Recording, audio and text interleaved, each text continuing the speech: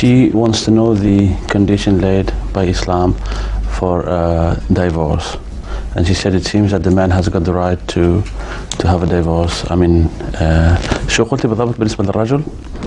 بالنسبة للرجل أباح الإسلام الطلاق، بس أنا بدي أسأل بالضبط إنه متى يجوز للرجل الطلاق؟ Yes, she said when exactly. She wants to know all the condition for the husband to divorce his wife. You see, these are the matters of jurisprudence, which I do not like to answer offhand in such meetings, because they relate to rights and obligations of married couples, and also similar questions may be asked regarding rights and obligations in other human relationships.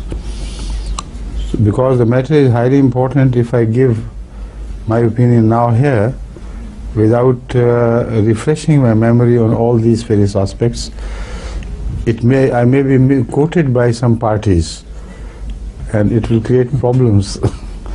So I discourage such questions, and whenever anyone requires for me such a thing, I advise him or her to write to Darul Ifta Rabwa, and I tell them that they should send a copy to the answer they give.